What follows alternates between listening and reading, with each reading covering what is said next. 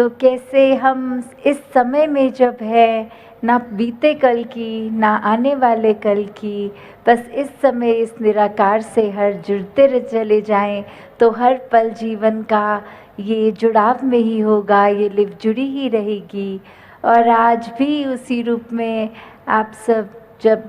आए हैं, इतने महापुरुषों के वचनों को भी सुन रहे हैं, तो किस प्रकार फिर वही भाव कि निराकार से जब तक जुड़ना है, और माध्यम तो ये सेवा सिमरन और सत्संग ही है।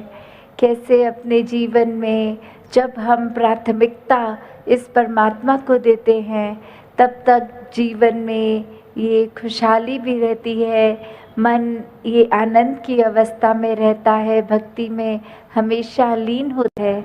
तो हम सब भी आज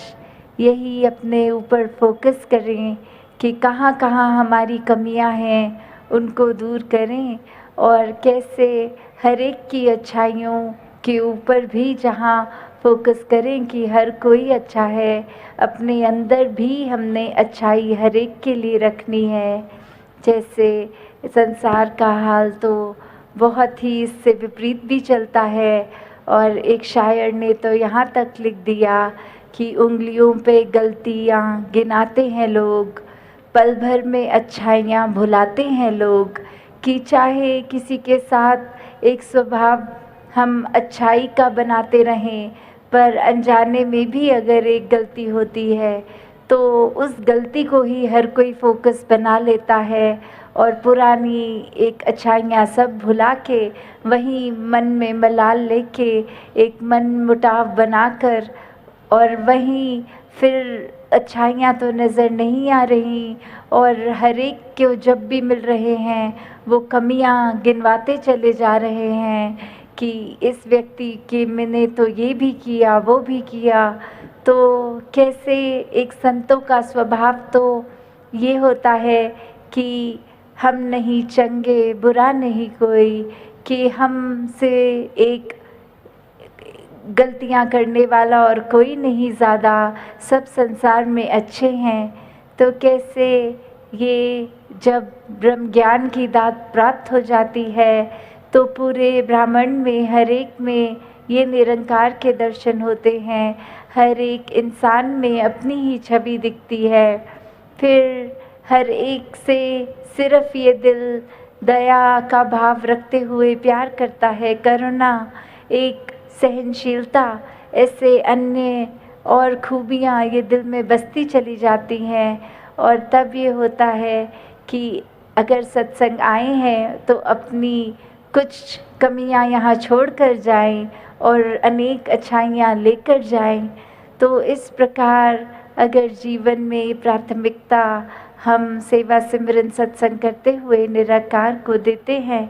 तो फिर एक सारी दुनियावी भी जो हमारी एक रिस्पॉन्सिबिलिटीज़ हैं घर परिवार की, कामकाज की, वो सहज में ही जहाँ होती जाती हैं। और फिर ये मटीरियलिस्टिक चीज़ों से हम जुड़े तो हैं, पर वो नॉन अटैचमेंट वाली बात की एक तो हम इतने अटैच्ड हो जाते हैं कि वो वस्तु ही है, उससे इतना लगाव हो गया कि वो आज जीवन में नहीं है। तो कितना मन अशांत है, कितनी उथल पुथल मच रही है। तो non attachment means care without उसका हार्म नहीं लेना, without taking it, without making it affect you mentally और इंटरनली, कि कैसे एक अटैचमेंट तो रखनी अच्छी बात है क्योंकि एक है, पर उसका रूप क्या होगा, डिटैच्ड अटैचमेंट की जो बात, वो नॉन अटैचमेंट की बात, की बिल्कुल ऐसा भी नहीं कि एक्सट्रीम हो जाएं कि ये वस्तु ये इंसान जीवन में है तो ही जीवन ठीक चल रहा है, जब उसकी कमी हो तो फिर ये एक कमी हमारे मानसिक संतुलन को बिगाड़ रही है, हमें परेशान कर रही है। जिस प्रकार अगर उदाहरण भी देखें तो चाहे हम एक एंजॉय तो कर रहे हैं टीवी देखना, पर ये भी नहीं कि जितनी देर टीवी देखने के बाद वो बंद करने का समय आया तो मन परेशान हो गया। नहीं, वो बात कि जितनी देर टीवी देखा उसका आनंद लिया, पर जब उसको रिमोट से बंद कर दिया तो मन फिर जो दूसरा जो कार्य कर रहा है उसमें एक मज़ा देखे। कैसे कोई चीज़ जब तक है उसको पूरी तरह उसका लाभ लिया जाए, उससे अच्छाइयाँ एक ग्रहण की जाएं और अगले ही पल वो वस्तु नहीं है हाथ में, तो फिर जो दूसरी दातार ने दी है उसी में एक हम इसका शुक्राना करते हुए उसका पूरा लाभ लें। तो बात वही कि हर एक पीर पैगंबर जब भी संतों ने ये संदेश दिया कि हमें इस जीवन में एक पैदा हुए हैं इस संसार में, तो साथ ही में हमने एक उद्देश्य को भी लेकर इस संसार में आए हैं कि अपनी पहचान कर लें। इस प्रभु परमात्मा की जब पहचान हो जाती है तो एक अपना असली रूप कि ये आत्मा तो परमात्मा का ही अंश है, जब वो बात पता जाती है तो फिर वाकई ही ये मोक्ष और मुक्ति की जो बात आती है कि फिर जीते जी हम इस तरह इस परमात्मा के रंग में रंगे रहते हैं, ये भक्ति को अपनी हम एक प्रबल करते रहते हैं और फिर एक हमेशा जब निराकार याद रहता है तो अंत समय भी इसकी पहचान याद रहती है कि हमारे शरीर ने हमसे जब छूटना है तो इस आत्मा ने इसी परमात्मा में फिर लीन हो जाना है। तो कैसे जब संसार में आए हैं हर एक पारिवारिक रूप, सामाजिक रूप, एक सब ने अपने वो रिस्पॉन्सिबिलिटीज़ भी निभानी है। कहीं भक्ति का मतलब ये नहीं होता कि अकेले होके इस परमात्मा से जुड़ाव रखें, नहीं, अपनी सारी दिनचर्या को निभाते हुए एक दूसरे के प्रति हमारे जो भी कर्तव्य है वो निभाते हुए वो भक्ति का रूप कि एक गृहस्थ वाली भक्ति, ये समाज में रहने वाली भक्ति, जब सब इस भक्ति के लिए ही एक उसमें लीन रहते हैं तो हर समय दिल भी हर एक के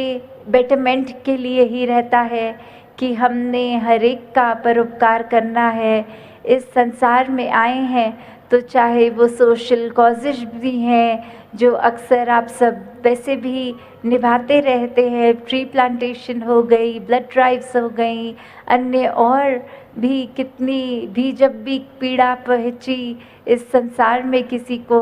तो आप सब पहुंच के वहाँ एक परोपकार में अपने ये तन रूपी सेवा, मन रूपी सेवा, धन रूपी सेवा को भी लगाते आए हैं। तो उसी प्रकार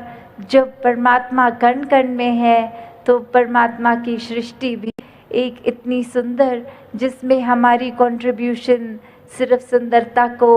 बढ़ाने के लिए ही रहे। अपने मन के अंदर भी अगर प्रदूषण है, बाहर तो एक पेड़ लगा के ऑक्सीजन लेवल बेटर जा सकता है, पर अपने मन की प्रदूषण के लिए तो फिर वही सिमरन रूप, संतों का रूप, अच्छाइयों को पकड़ के जीवन में उतारना, ये तन मन धन से जुड़े हुए एक समाज से, इस निराकार से जब वो अच्छाई हमारे अंदर है फिर उस अच्छाई ने हर जगह ही पहुंचना है। तो इस रूप से प्रदूषण चाहे अंदर हो या बाहर हो, उसने तो हानिकारक ही रहना होता है और हानि लाभ में हम बहुत ही सरलता से एक टर्न कर सकते हैं उसको। सिर्फ निराकार का ही एक ध्यान रहे, सिर्फ निराकार से जुड़े रहे तो हर समय ये शरीर जिसके रोम रोम में परमात्मा है, फिर वो डिवाइन रूप एक जो है हमारा, जो हम सोशल बीइंग्स नहीं, हम डिवाइन बीइंग्स हैं, तो फिर ये मानवीय एहसास ये डिविनिटी के थ्रू ही होते जाते हैं। तो कैसे हर पल हम जहाँ कोई भेदभाव ना किसी इंसान से करें, जाति पाति, ऊंच नीच, रंग नस्ल और अनेक जो और भी आजकल समाज में देखें तो अलग अलग की ये अमीरी गरीबी अन्य और जितने भी एक इंसान ने दूसरे इंसान से एक जुदा अपने आप को दिखाने के लिए जो एक अलग रूप बना दिए हैं अपने दिमाग में, ये दूसरे को अपने से नीचा दिखाने के लिए कि हमारा कल्चर, हमारी रंग रूप आकार ही एक सुपीरियर है, एक हम ऊंचे हैं, तो ये तो बात बिल्कुल लागू ही नहीं है, क्योंकि ये संसार हर एक में तो परमात्मा है। तो एक शरीर में परमात्मा ऊंचा, दूसरे शरीर में परमात्मा नीचा तो होना संभव ही नहीं है। तो हम फिर मन से ये मनमुटावों को भी दूर करते चले जाएं। हर एक में अपनी छवि जब देखेंगे तो जितने हम अपनी नज़रों में श्रेष्ठ हैं, सामने वाला भी उतना ही श्रेष्ठ नज़र आएगा। तो इसी प्रकार हर कोई एक संसार में जहाँ अपने कामकाज करते हुए जीवन व्यतीत करे, उसी समय वो कामकाज करते हुए भी ये भक्ति साथ ही साथ एक व्यतीत होती जाए, ताकि वो किया गया हर काम भी भक्ति का ही रूप ले। हम सोते जागते उठते बैठते खाते पीते ये कोई भी कार्य करते, असल में तो भक्ति ही कर रहे हैं, मन से हर एक की सेवा ही कर रहे हैं। तो दातार कृपा करे कि जहाँ इतने वर्षों बाद फिर सोलन का आप सबके दर्शन करने का अवसर मिल रहा है, तो यही भाव कि इधर भी संगत में इजाफा होता रहे, सब अपने कर्मों से ही वो चलते फिरते प्रचार बन के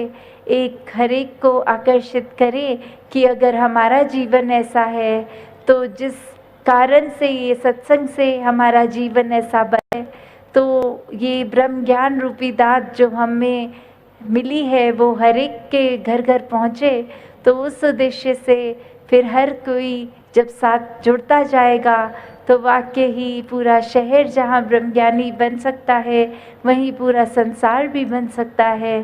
तो दातार हर एक पे कृपा करे कि हम अपनी कमियों को आइडेंटिफाई करके जल्दी से जल्दी उन पर काम करें कि वो निकलती चली जाएं, वहीं अच्छाइयों को और पूर्णता से हम पकड़ के अपने जीवन में उसको लागू करते जाएं। सत्संगत जी, धन्यवाद जी।